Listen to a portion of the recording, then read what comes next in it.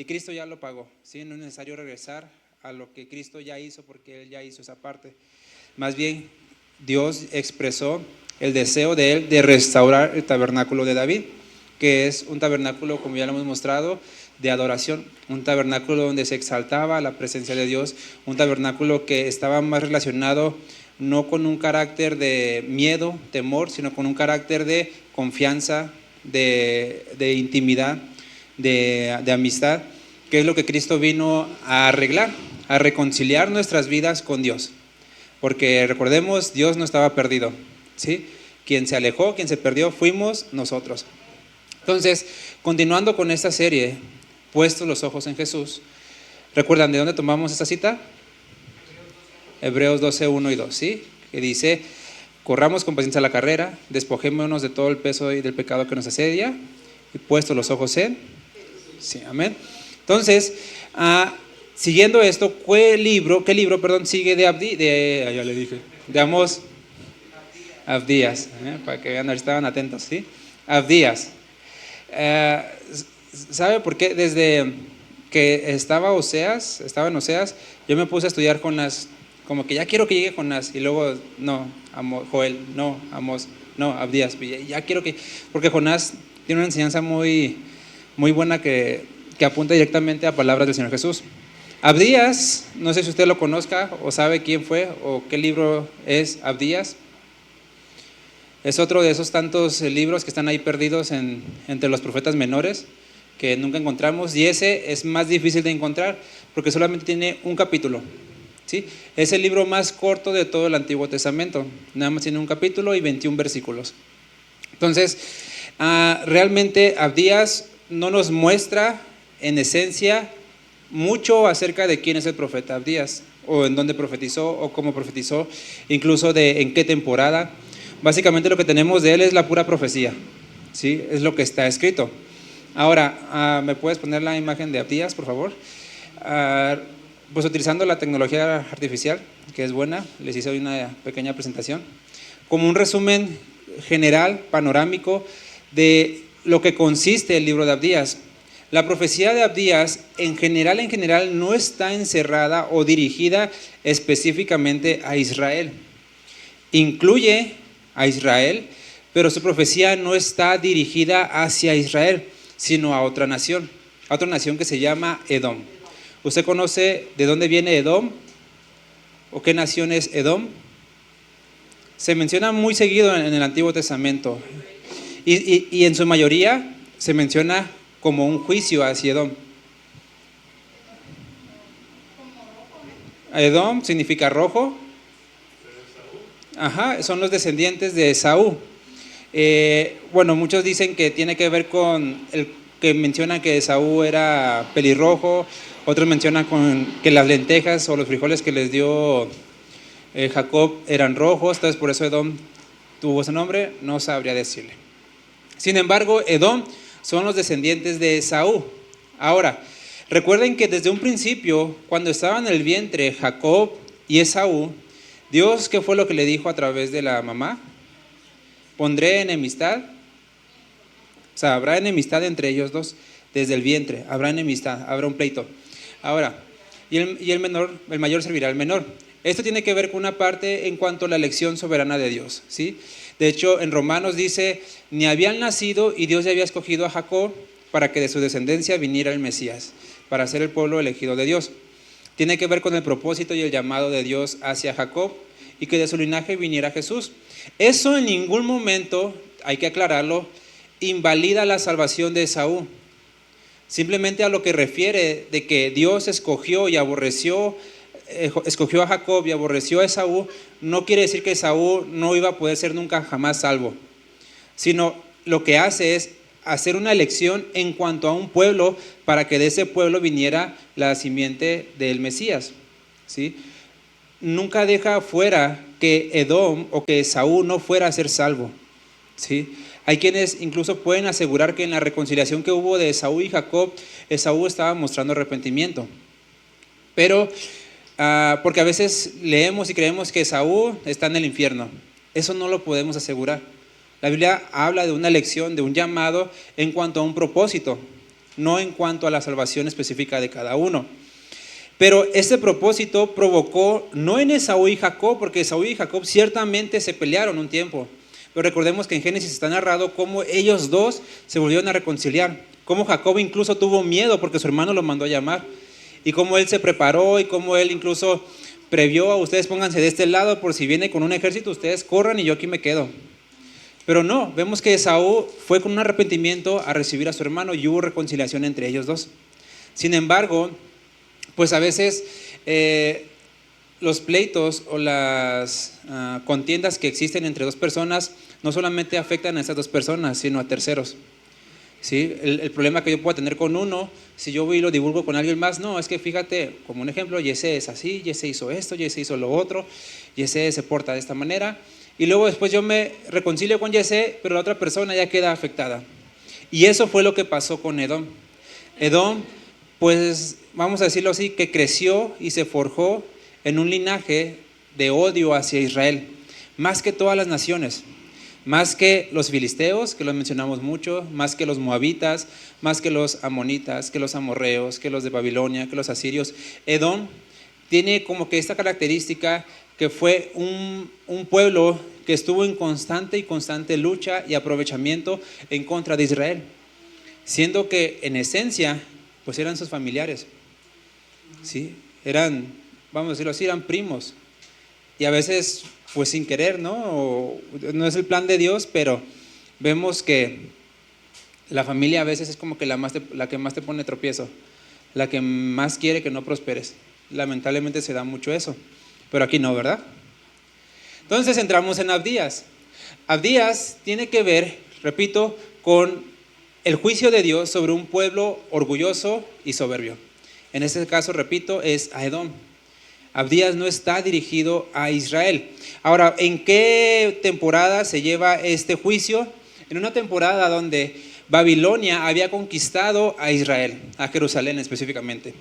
Entonces, llegan, los conquistan, unos huyen, que alcanzan a huir, otros para otro lado, pero en ese huir, ¿qué creen? Que Israel no solamente no se salvó de los babilonios, sino que los edomitas aprovecharon esa huida y también agarraron y les dieron mate. Es decir, se aprovecharon de un pueblo que ya estaba débil, de un pueblo que ya estaba corriendo detrás de la guerra. Y Edom, en lugar de actuar como un pueblo con favor hacia sus hermanos, ¿qué fue lo que hicieron? Fueron a pues aprovecharse. Incluso fueron a saquear Jerusalén. Incluso fueron a derribar lo poquito que quedaba de Jerusalén, aprovechándose de la condición en la cual estaba Jerusalén. Y en ese contexto es donde vemos que Dios destaca en el tema 2 el orgullo de Edom, porque fue, pues ahora sí que se aprovecharon y llegaron con violencia contra Israel. Con este orgullo de decir, pues ahora sí, ya somos los fuertes, ahora sí, ya somos los grandes, ¿no? Ahora sí, ellos ya le bailaron, pues aprovecharnos. Y Dios, pues lo que trae es un castigo justo y juicio sobre Edom. En este juicio, en todo esto que el Señor manda, Dios destaca estas partes en los primeros versículos, donde dice, primero la traición contra tu hermano Jacob. Porque repito, eran familiares. Y en lugar de ayudar a tu hermano, lo que hiciste fue traicionarlo. Y una traición porque lo agarraste por la espalda. Y una traición con violencia porque fuiste y los mataste. Fuiste y lo abusaste de ellos porque en esencia ellos ya estaban débiles. Estaban huyendo de la conquista. Y Edom se aprovechó de eso. Sin embargo, Dios utiliza a Edom como un punto de partida, no solamente como un juicio contra Edom, sino como un eje o un ejemplo para todas las naciones. El libro de Abdías se divide básicamente en dos partes. Aunque es un solo capítulo, ese capítulo está dividido en dos partes. La primera parte es del versículo 1 al 14, donde es todo lo que narra acerca de Edom, todo lo que hizo. El juicio del por qué Dios va a juzgar. Sin embargo, del versículo 15 en adelante, Dios ya habla de un juicio hacia todas las naciones, poniendo como ejemplo a Edom. Y Dios toma como ejemplo lo que va a hacer con Edom para que todas las demás naciones vean lo que Él hace contra aquellos, uno, que abusan de la maldad, que son violentos, que son soberbios, que son orgullosos y sobre todo que van en contra del pueblo de Dios. ¿Sí? Dios lo utiliza como ejemplo.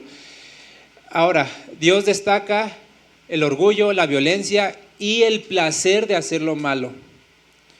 No solamente es que, hice lo malo, pero fue sin querer, o hice lo malo porque me mandaron, o hice lo malo porque pues ya estaba ahí. No, es me complazco en hacer esto, porque las naciones que fueron a conquistar a Israel, a Jerusalén, no le pidieron ayuda a Edom para conquistar.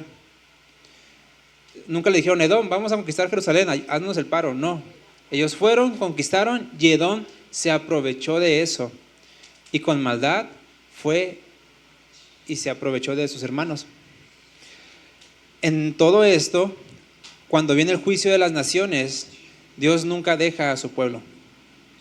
Dios, vemos que siempre, y eso lo hemos mencionado antes, Dios en todo el juicio que Él hace, en todo el llamado al arrepentimiento, Él destaca, hiciste esto, es decir, el pecado, pecaste por esto, pecaste por aquello, viene juicio, viene sobre ti la ira de Dios, pero Dios siempre trae con el juicio una promesa. Dios es tan bueno que Él nada más tendría que juzgarnos y ya. Sin embargo, Dios, en medio del juicio que Él da a causa de nuestro pecado, que es justo, Él dice, sin embargo, yo muestro mi misericordia. Yo muestro mi favor, mi benevolencia hacia un pueblo que no lo merece. Y en medio de todo esto destaca de Edom, que lo que Edom le hizo a Israel no iba a detener el plan de Dios sobre Israel.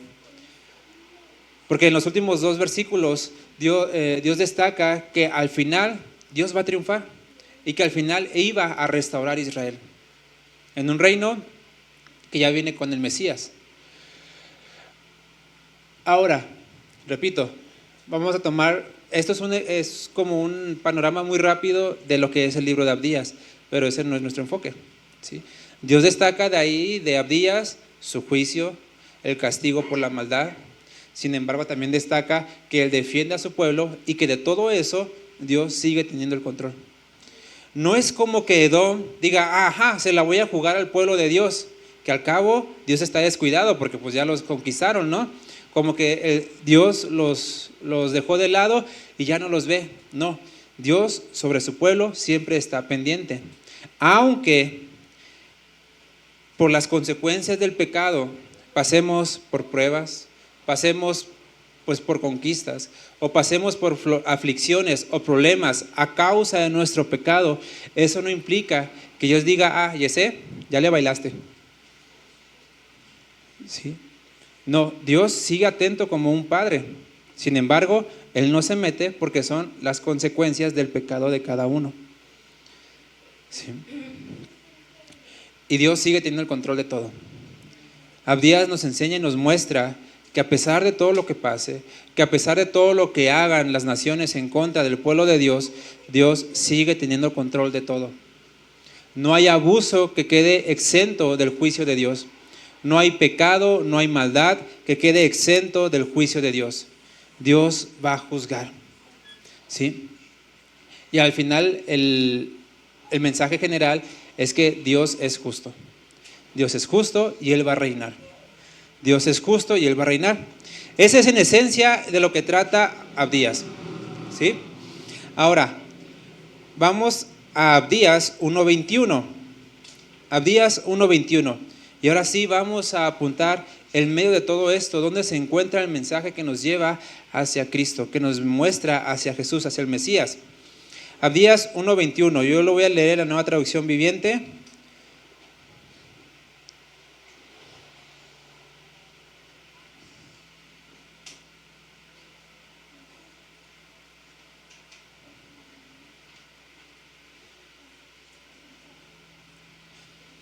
Dice, los que hayan quedado o el remanente subirá al monte Sión en Jerusalén para gobernar sobre las montañas de Edom. Y esta versión me gusta un poco más, porque dice al final, y el Señor mismo será rey. Sí. Sí, Jehová será el rey. En otras versiones dice Jehová reinará, o Jehová gobernará, o Jehová establecerá su reino. Pero me gusta que esta versión dice, y el Señor mismo, es decir, no habrá otro rey más que Dios, más que el Señor. Ciertamente en algún tiempo Israel fue reinado por reyes humanos, pero dice en aquel tiempo, en aquel día, cuando venga Dios a establecer el reino, ya habrá un solo rey. Ya no habrá gobernantes, ya no habrá reyes que se aprovechen de los hombres, ya no habrá reyes que exploten al pueblo, solamente habrá un rey y dice, será el Señor mismo. Este nos muestra y nos dice que Dios va a establecer un rey y este rey será establecido por Él mismo. Al mismo tiempo, este rey será Dios. Será Dios. Apocalipsis 1 del 7 al 8. Apocalipsis 1 del 7 al 8. Juan está hablando a las iglesias y está mostrando las visiones que tiene acerca de Dios. Y desde un principio, Juan habla acerca de Cristo. Y el que envía el mensaje a Juan es Cristo. Y Juan dice, miren, Él viene en las nubes del cielo y todos lo verán, incluso aquellos que lo traspasaron. ¿De quién está hablando? ¿Quién va a venir en las nubes? Cristo. ¿Sí? Jesús va a venir entre las nubes y dice que todos los van a ver, incluso sus enemigos lo van a ver. Será visible para todo ojo y dice, y todas las naciones del mundo se lamentarán por Él. No es de que, ay, pobrecito, ahí viene. No, ese lamento tiene que ver con ya nos cargó, ya nos llegó el juicio, ya, ¿sí? Ya le bailamos. Y Juan dice, sí, amén. Es decir, sí, que así sea. Que venga el Señor y que aquellos malos, aquellos orgullosos, aquellos soberbios se lamenten por no haber creído en Él. Continúa diciendo, y ahora quien habla es Dios, no Juan. Yo soy el alfa y la omega. Y por si no nos quedó claro, el principio y el fin. Dice el Señor Dios. Yo soy el que es, el que era y que aún está por venir. Y remata diciendo, el Todopoderoso. A veces creemos que Jesús simplemente apareció en algún punto de la historia. Sin embargo, Jesús, Él dice y ha dicho, yo siempre he estado. Yo siempre, antes de que todo existiera, yo he estado. ¿Sí? En Colosenses 1:15 dice que Él es el primogénito de toda creación, es decir, el primero de todos. Y que por Él fueron hechas todas las cosas, por Jesús.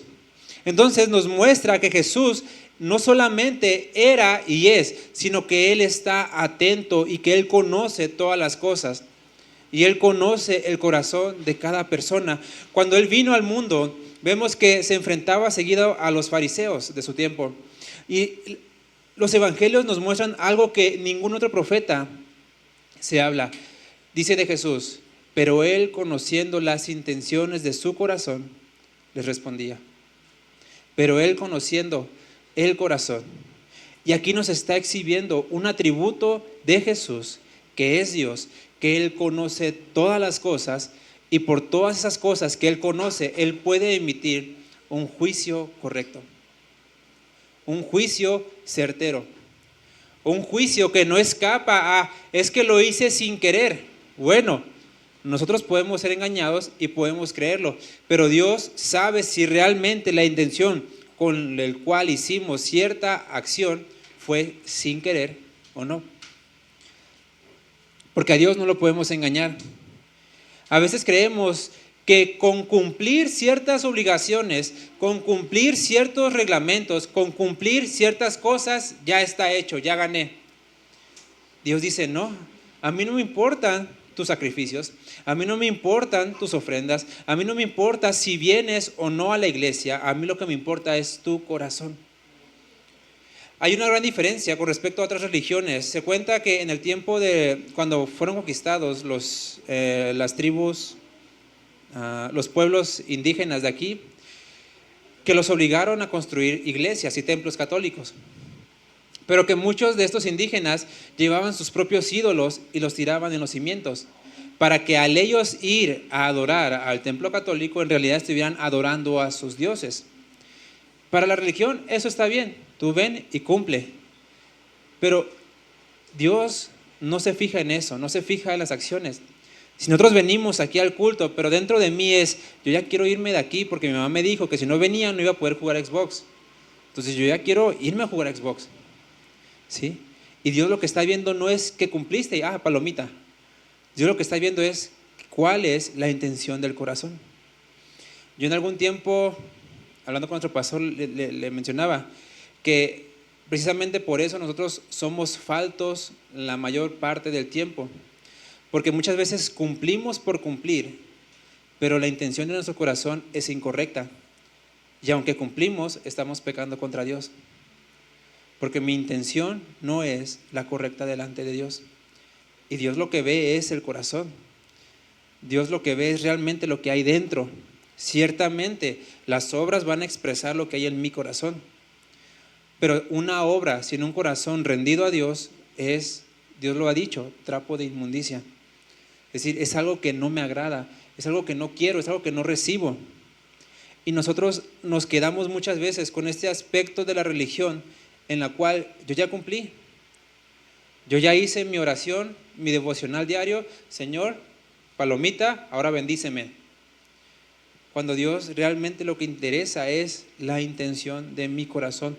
¿Por qué motivo, por qué razón estoy haciendo lo que hago? Ahora, no nos vayamos a ir al otro extremo, de decir, si mi hijo va a la iglesia sin querer, de todas maneras está pecando, pues lo dejo en la casa. No. ¿Sí? Porque el amor, el ejemplo, la dedicación, la adoración, la obediencia a Dios se va inculcando con el ejemplo. Y en un principio puede ser que los hijos no quieran venir y estén aquí a fuerzas, pero llegará el momento, confiando en Dios, que Dios hará su obra en su corazón para que ya los afectos del corazón de nuestros hijos cambien y estén aquí porque queremos. ¿Sí? Que estén aquí porque queremos. Yo quiero creer, ¿no?, que todos los papás estamos aquí porque queremos. Pero si nuestros hijos ven que ni nosotros queremos estar aquí, entonces ¿qué ejemplo van a aprender nuestros hijos? Mi mamá va a la iglesia sin querer, pues yo también voy, aunque no quiera. Porque seguramente pues tengo que cumplir con la religión y ya con eso me gano el cielo. Y desechamos por completo el sacrificio que Dios hizo, el sacrificio que Jesús hizo, creyendo que es por mérito. Ahora sí, vámonos a la parte de Cristo en Abdías.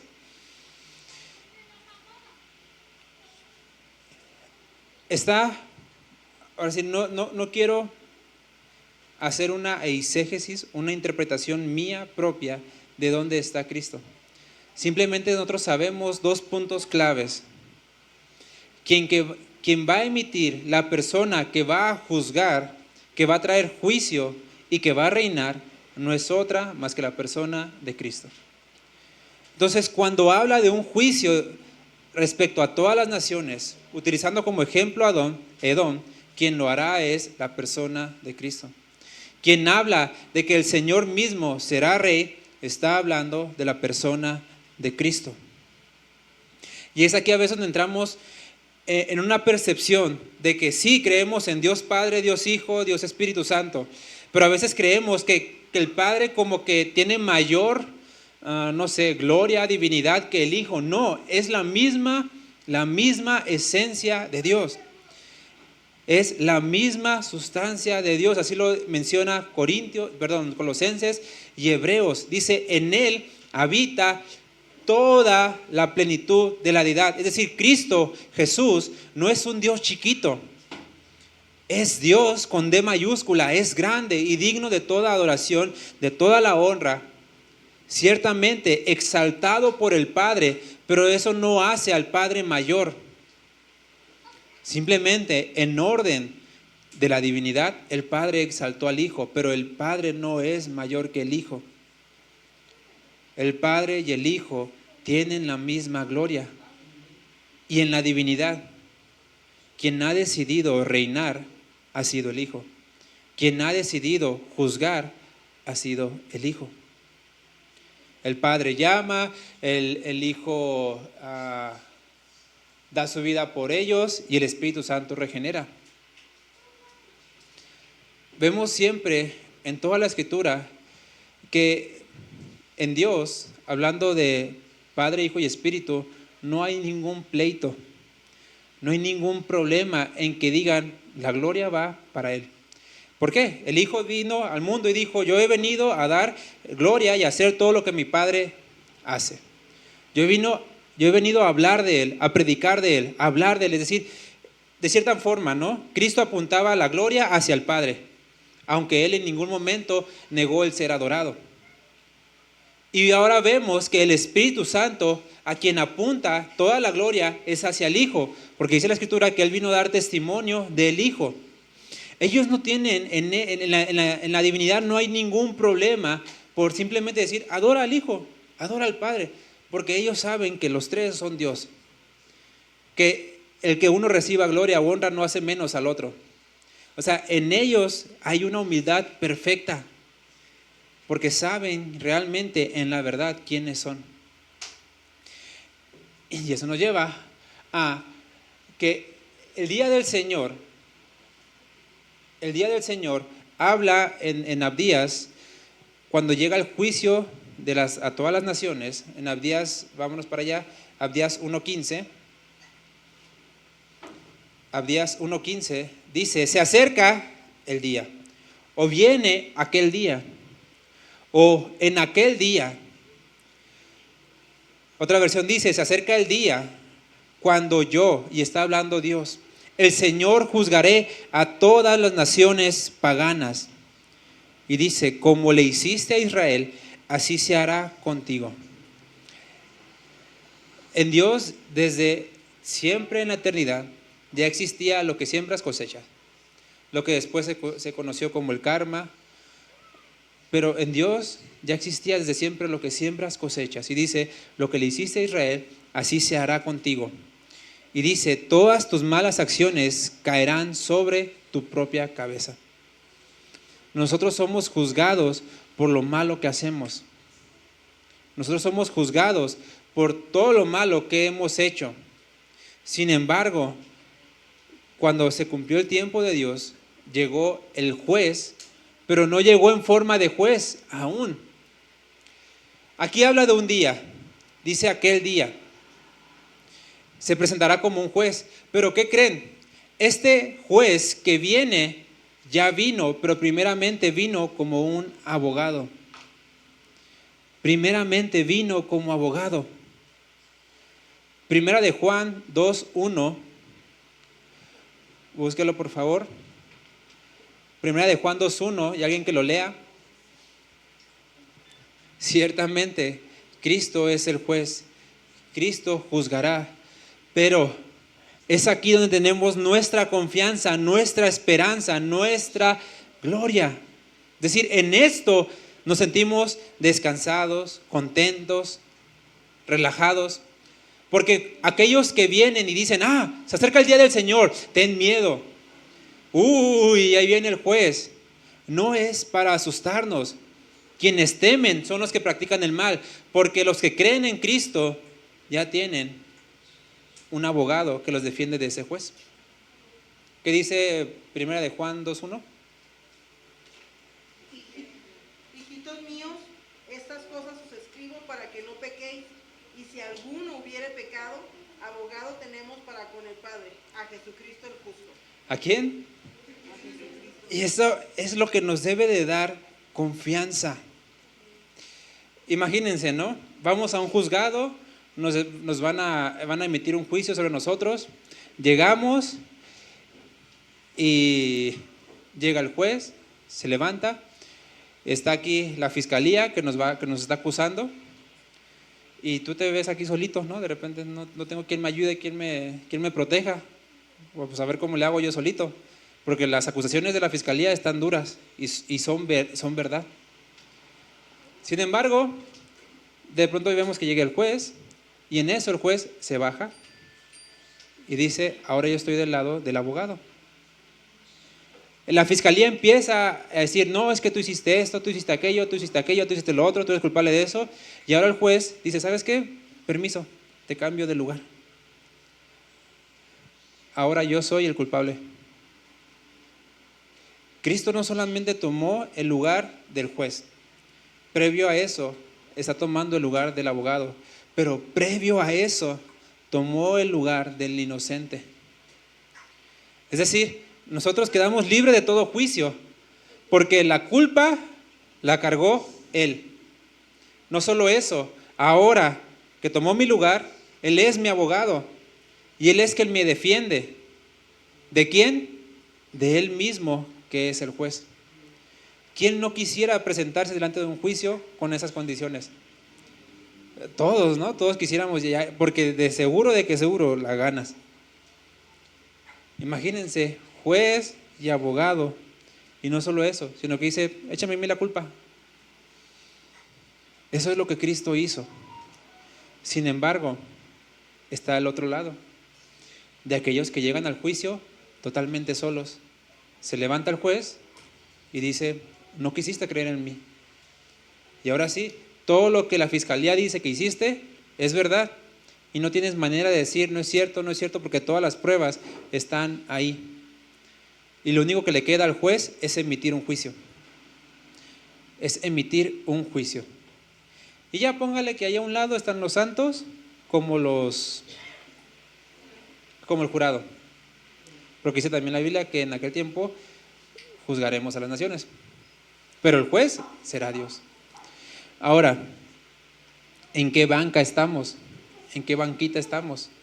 ¿Estamos seguros con el abogado y aquel que se dio por nosotros? ¿O estamos completamente solos, a merced del enemigo, a merced de la fiscalía, que lo único que quiere es hundirnos? Porque a veces creemos, ¿no? Y ponemos a Jesús o a Dios en la silla del malo. Él es el juez, Él me puede dejar libre. ¿Por qué entonces me manda al infierno un Dios amoroso? Porque un Dios que está lleno de amor manda a gente al infierno, porque olvidamos muchas veces que Él es un juez justo. Él es un juez justo y Él no nos está echando la culpa, Él no nos está echando problemas, Él simplemente dice, hiciste esto, mereces esto. Son nuestras propias acciones las que nos llevan a alejarnos de Dios, al lugar lejos de Dios. Y cuando nosotros decidimos no creer en Jesús, no creer en Él, Dios dice, quédate con eso. Vete al lugar donde están los que no creen en mí. Vete a las condiciones de los que no creen en mí. ¿No quisiste creer en mí? Quédate así, no creas en mí. Pero Dios no está ejerciendo un mal juicio. Porque repito, a veces queremos poner a Dios en la banquilla del acusado. Queremos invertir el rol. Ay, si tú eres tan bueno, tan justo, ¿por qué a mí? Cuando Él siempre permanece justo. Él es justo. Y repito, si de pronto Dios dijera, ¿saben qué? Todos han pecado, lo justo sería que todos muriéramos. Eso sería lo justo. Sin embargo, repito, aquel juez justo también tomó el lugar del abogado. Y en ese lugar de abogado tenemos y encontramos la misericordia, la protección, la gracia de Jesús. Edom permaneció simplemente delante del juez. ¿Cómo estamos nosotros? ¿Estamos delante solamente del juez o ya tenemos al abogado?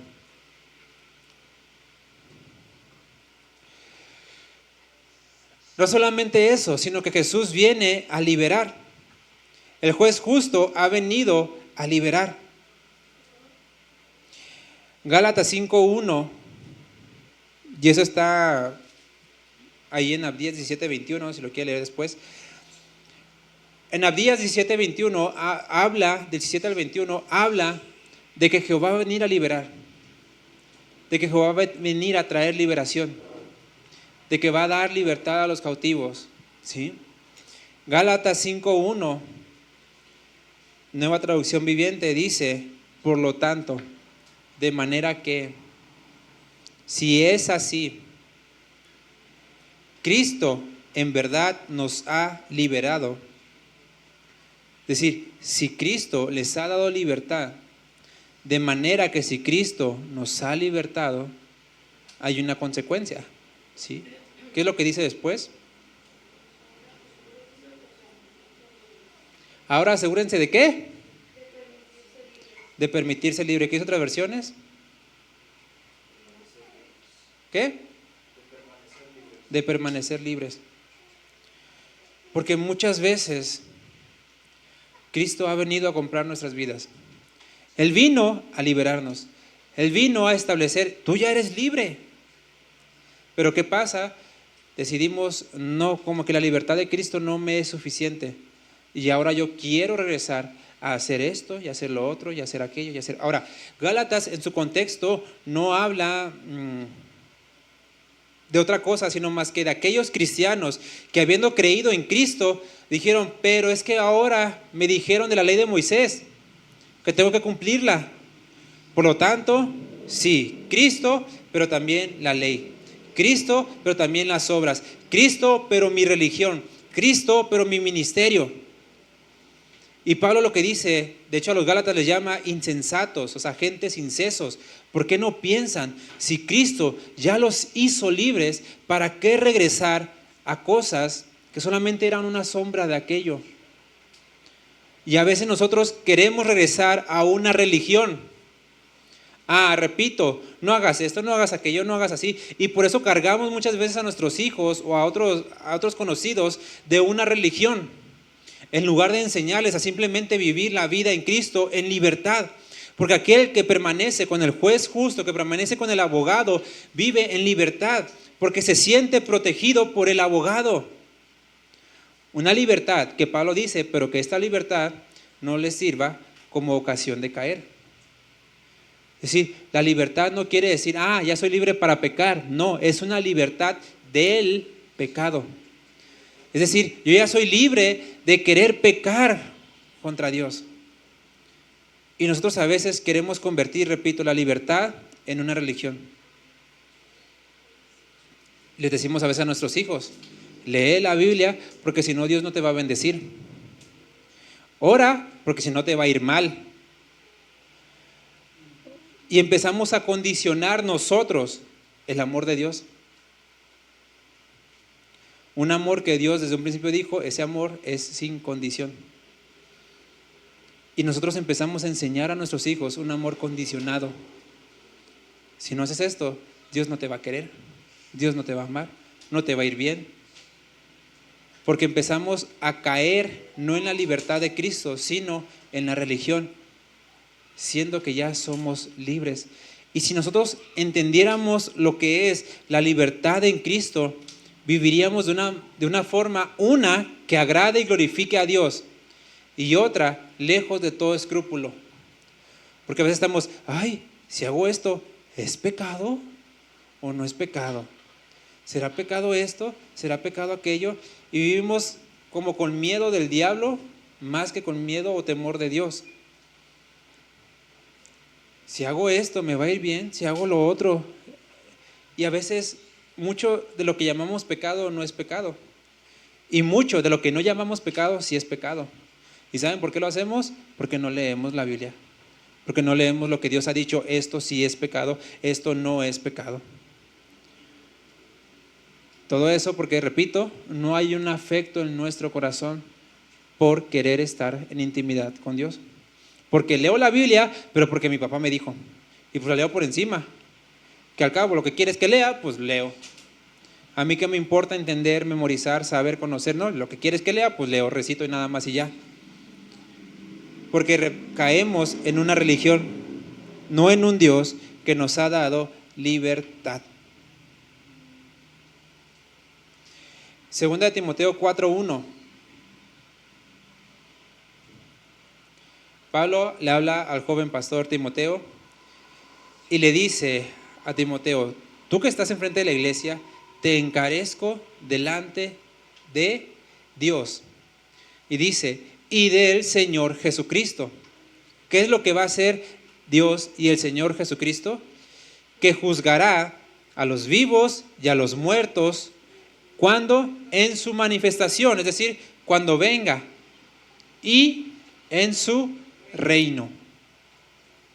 Ahora, Pablo dice, por esta razón, porque Cristo va a venir a juzgar tanto vivos y muertos, lo que le dice es básicamente, predica bien la palabra, enseña bien, cumple la función de Dios, cumple lo que el Señor te ha mandado, cumple ordenadamente lo que Dios te ha mandado. Pero ¿cuál es la razón? Para que ganes el cielo, para que ganes, no. Dice, porque te vas a presentar delante de Dios y darás cuentas. Te vas a presentar delante del Señor que va a juzgar en su reino. Por esa razón, tú considera de qué lado estás. Y ya estando en el bando ganador con Cristo, entonces obra bien en el ministerio. Enseña la palabra de Dios. Cristo vino a libertad.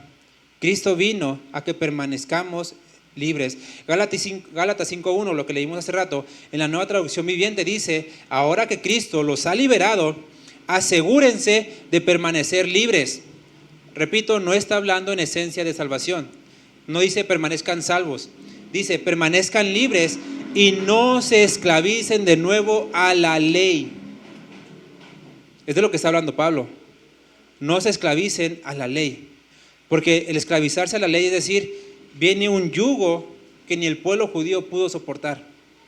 Viene un pesar por querer ganarte la salvación, querer ganarte lo que Dios te ha dado de gracia. Y empezamos a vivir en una religión, no en una vida de gracia. Y es donde empezamos no solamente a yo cargarme con cargas, sino a cargar a otros. Ay, la tía Amelia viene con el cabello suelto, pecadora. ¿Sí? Porque empezamos a fijarnos y a imponer cargas, reglas, tradiciones en otros, como creyendo que eso es de salvación. ¿Sí? Y empiezo a juzgar a los otros conforme a la ley, no conforme a la gracia de Cristo. Y empiezo ya no a establecer un justo juicio, sino un juicio basado en mi opinión, en mi criterio.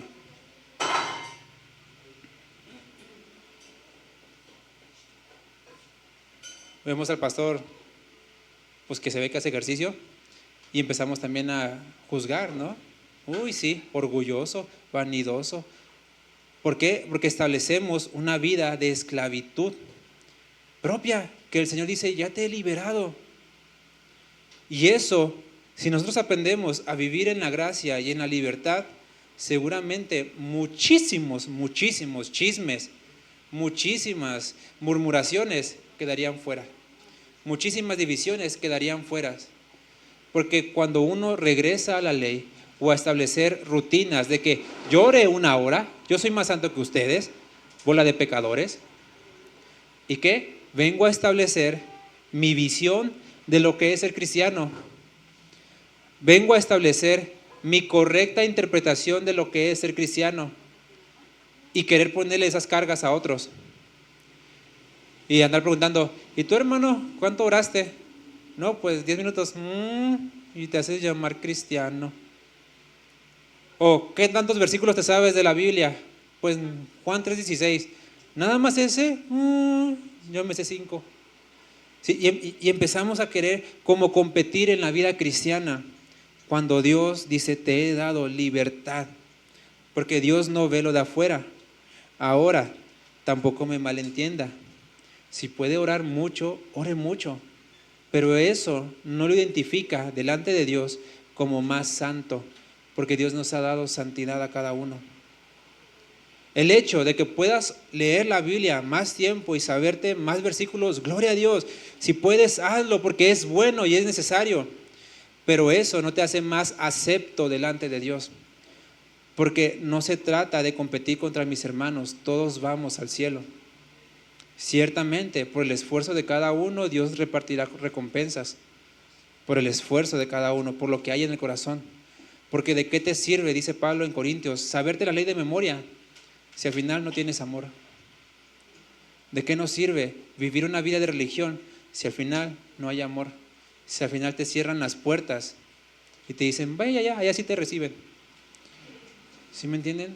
¿Dónde está el amor manifestado de Cristo? ¿Sí? Por eso tenemos que aprender que Cristo va a juzgar, pero también en ese juicio es nuestro abogado. Que Cristo ya vino a liberarnos y que en esa libertad nos aseguremos de no regresar atrás, de no volver atrás de la libertad que Cristo ya nos ha dado. En todo esto, Cristo lo que viene también es a quitarnos el orgullo, porque en el mérito del juez y del abogado, ¿quién se lleva la gloria? ¿Yo? No, el abogado y el juez que está dando todo por mí. En la liberación, yo no me puedo ganar la salvación por mi propio mérito. Dios dice, es por gracia, y si es por gracia, no puedes hacer nada. Entonces, ¿dónde queda el? Es que yo me lo gané, es que yo hice, es que por eso soy más santo, es que por eso leo más la Biblia, por eso sé más que ustedes, por eso hice. Dice Dios, no, porque eso no sirve de nada si no es por amor. Y todo es por gracia. Y Pablo dice, Jesús le dice a sus discípulos, den de gracia lo que de gracia han recibido. Y si aún tú dices, es que yo tengo más unción, de gracia la recibiste. Si aún dices, es que yo tengo más memoria que todos, de gracia lo recibiste. Si dices, es que yo tengo más ganas, más fuerzas, más todo para servir, de gracia lo recibimos. Por eso, en todo esto, Jesús viene a romper el orgullo. A decir, mira, yo hice todo. Yo hice todo. Proverbios, ahí está escrito, Proverbios 16-18, dice que viene primero, se lo estoy parafraseando, viene el orgullo caminando, pero atrás del orgullo lo que viene es condenación, juicio, destrucción. Por eso dice, tras el orgullo viene la destrucción, tras la altanería el fracaso. Es decir, todo aquello que se construye por orgullo se va a caer. Todo aquello que se construyó por, mírenme, es que yo soy, se va a caer. Porque lo que no está cimentado en la roca, ¿y quién es la roca? Cristo, se cae. Y muchas veces, ya vamos terminando, esta es la primera conclusión de 20. Muchas veces nosotros cimentamos aún nuestra vida espiritual sobre el orgullo y no sobre la roca. Y dirás, ¿pero cómo? Pues sí, es que yo predico para que me vean. Es que yo estoy en el ministerio para que vean que toco chido, para que vean que hablo chido, para que vean que hago esto. Es que yo me sé versículos para que vean que yo sé más que ellos. Es que yo oro tanto tiempo para decir que oro tanto tiempo. Y empiezo a cimentar mi vida espiritual sobre el orgullo. ¿Y qué pasa? Dios dice, se cae. Y a veces vienen problemas, situaciones y donde sale uno, pero Señor, si soy tu siervo, si yo te amo, si yo me sé Juan 3:16, si yo oré, ¿cómo es que vino esto? Es porque no estábamos cimentados en la roca. Por eso mucho ojo, mucho cuidado cuando nuestra vida espiritual, incluso cuando venimos a la iglesia, está cimentado por mí y no por Cristo. Es decir, Señor, yo voy a la reunión, yo voy a congregarme con mis hermanos por amor a ti. Aunque me hagan caras, porque pues muchas veces venimos mal, alguien viene enfermo, alguien viene indispuesto, me hace caras y no, ya, no, para eso vengo, para que me haga caras, no, mejor no. Pero si venimos por amor a Cristo, con la libertad de Cristo, y digo, este tiene cara de pocos amigos, pero así Dios lo amó, así lo amo yo. ¿Sí? Porque ya no empiezo a imponer mi carga, mi ley, mi modo de cristianismo sobre otros, donde dices, no, es que tú tienes, como eres líder, tienes que estar siempre feliz y recibir a todos con una cara sonriente. ¿Sí? ¿Y qué pasa? Empiezo a imponer mi modelo de cristianismo sobre otros. ¿Sí? En lugar de decir, bueno, tendrá su carga, como yo también he tenido mis cargas. Y por eso Pablo dice, sométanse los unos a los otros. Sobrelleven las cargas los unos de los otros, hónrense los unos a los otros, porque en la ley lo que hay es pura, le llaman fariseísmo, Si no es a mi modo, no eres salvo. Si no es como yo dije, no eres cristiano. Y lo que Cristo vino a hacer como justo, como libertador, es quitarnos de todo orgullo. Y entonces, así podemos vivir bajo su reino. Podemos vivir bajo el reino de Cristo. Porque yo ya fui justificado por Él. Me liberó de querer ganarme la salvación. Y ahora vivo en su misión y puedo vivir bajo su reino, bajo su reinado, bajo su voluntad. Porque Él me justificó, Él me liberó, Él me compró. Ahora soy de Él. Y todo lo que diga de Él es mejor que lo que yo tenga que opinar. Entonces me voy de Él. Y ahora su reinado para mí ya no es carga. Su reinado para mí se traduce en: yo quiero a este rey. Yo quiero a este rey. Apocalipsis 11:15.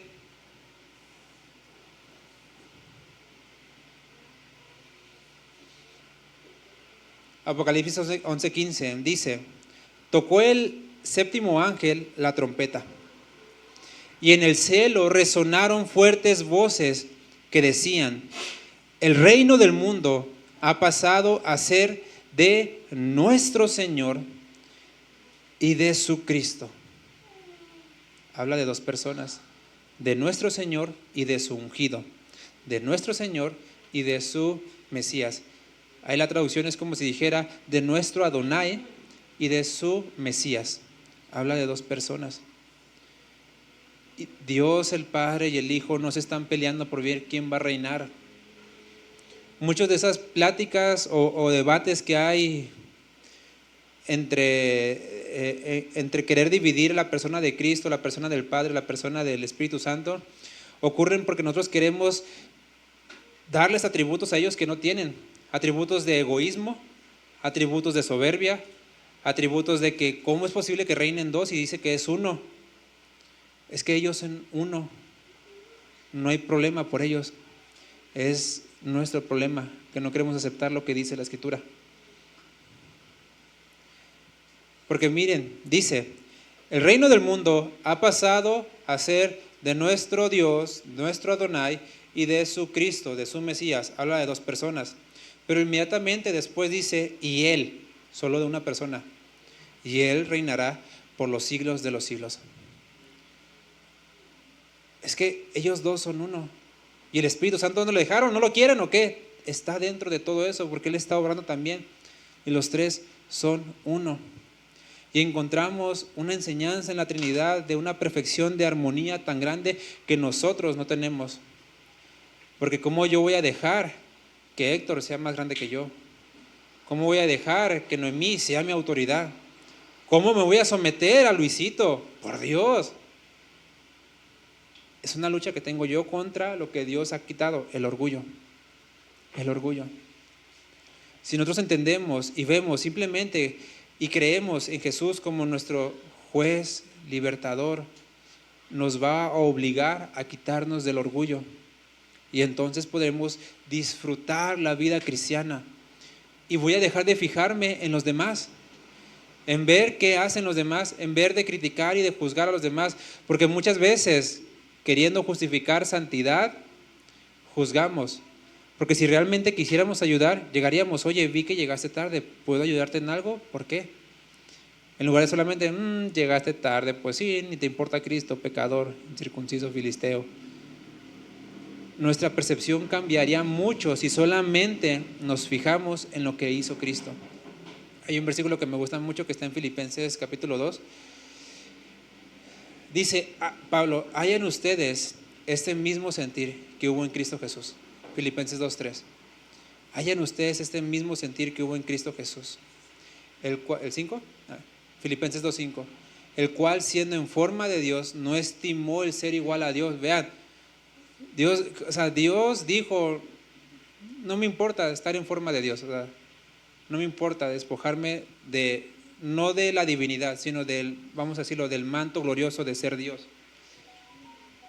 El cual no estimó el ser igual a Dios como cosa que aferrarse, sino que se despojó de sí mismo, tomando forma de siervo. Tomando forma de siervo. haciendo semejante a nosotros. Y estando en la condición de hombre, dice, fue obediente y se murió hasta la cruz. O sea, murió. Y dice Pablo, hayan ustedes este sentir. Y ve a dónde va. No dice, vayan ustedes y hagan lo mismo. No habla de acciones, habla del corazón. Porque las acciones sin un corazón que agrada a Dios no sirven de nada, son trapos de inmundicia. Le invito ahí que cierre sus ojos.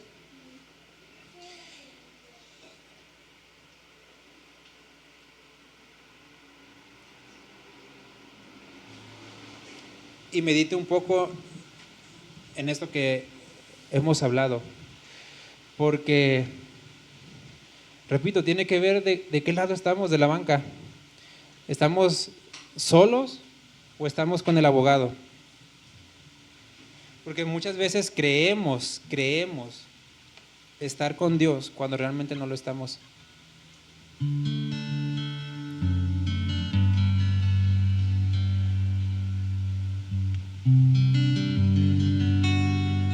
Si estuviéramos realmente seguros y vivimos la vida de Dios, muchas de las cosas que hacemos las haríamos diferentes.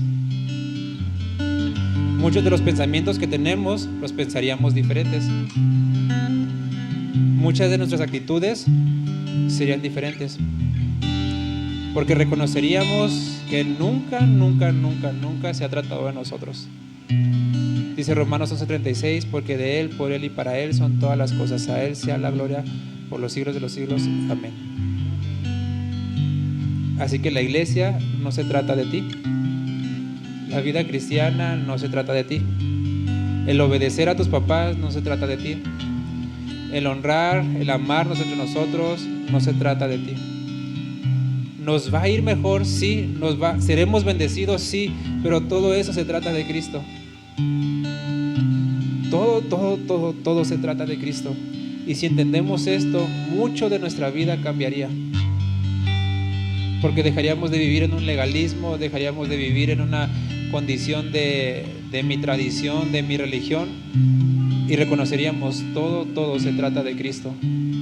El servicio se trata de Cristo, mi matrimonio se trata de Cristo, mi familia se trata de Cristo, la iglesia se trata de Cristo.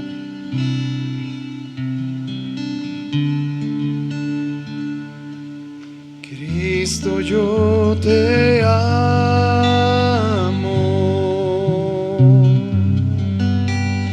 Cristo, yo te amo.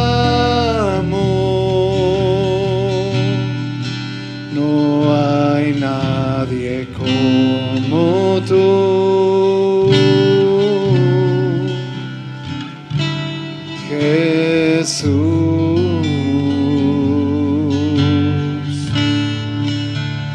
Cristo, yo te amo.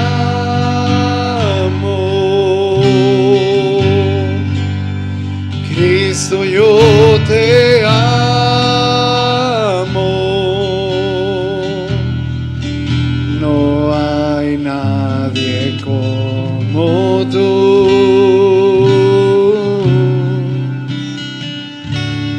Jesús.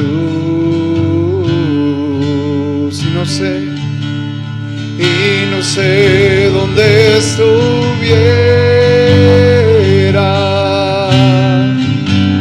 si a ti no te tuviera,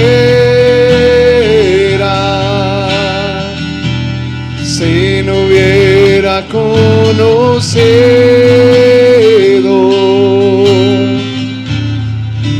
al Dios que me ama. Y no sé dónde estuviera si a ti no te tuviera, si no hubiera conocido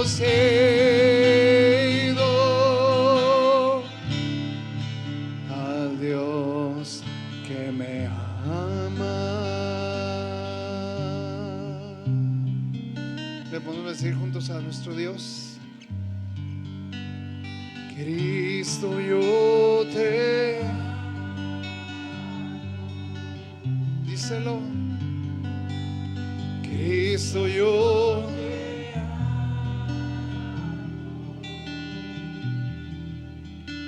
no hay nadie como tú,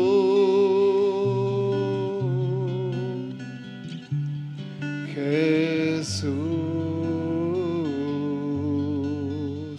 Díselo desde tu corazón. Cristo, yo te amo. Cristo, yo te amo.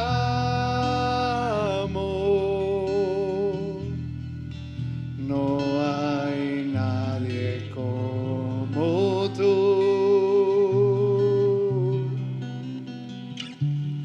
Jesús. Y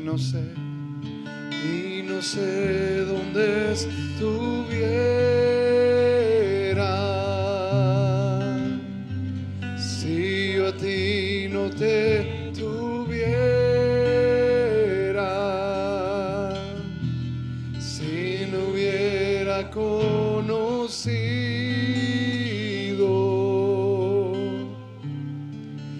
al Dios que me ama. Y no sé dónde estuviera si yo a ti no te tuviera, si no hubiera conocido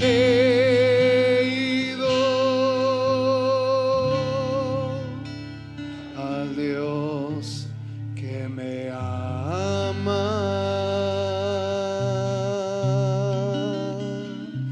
al Dios que me ama.